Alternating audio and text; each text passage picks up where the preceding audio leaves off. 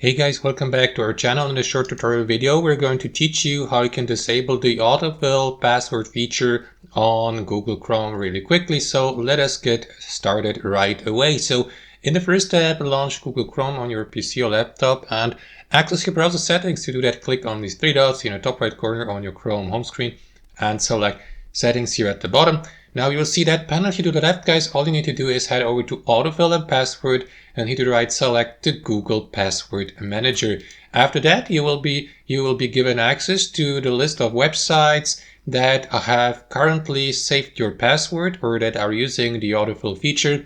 So guys, it's up to you which one you disable for. There's no way how to bulk disable the autofill feature or passwords for all of these websites. So you will need to do that and to disable these autofill passwords one by one for each website. So start with the first one. In some cases, for instance, Google Chrome may ask you to enter your password to log in and to verify that it is you who's accessing these passwords. So be prepared for that.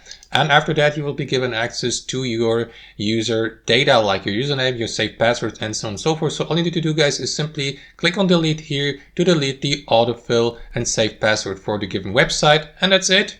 Thanks for watching. Hope you enjoyed the video, and I'll catch you later.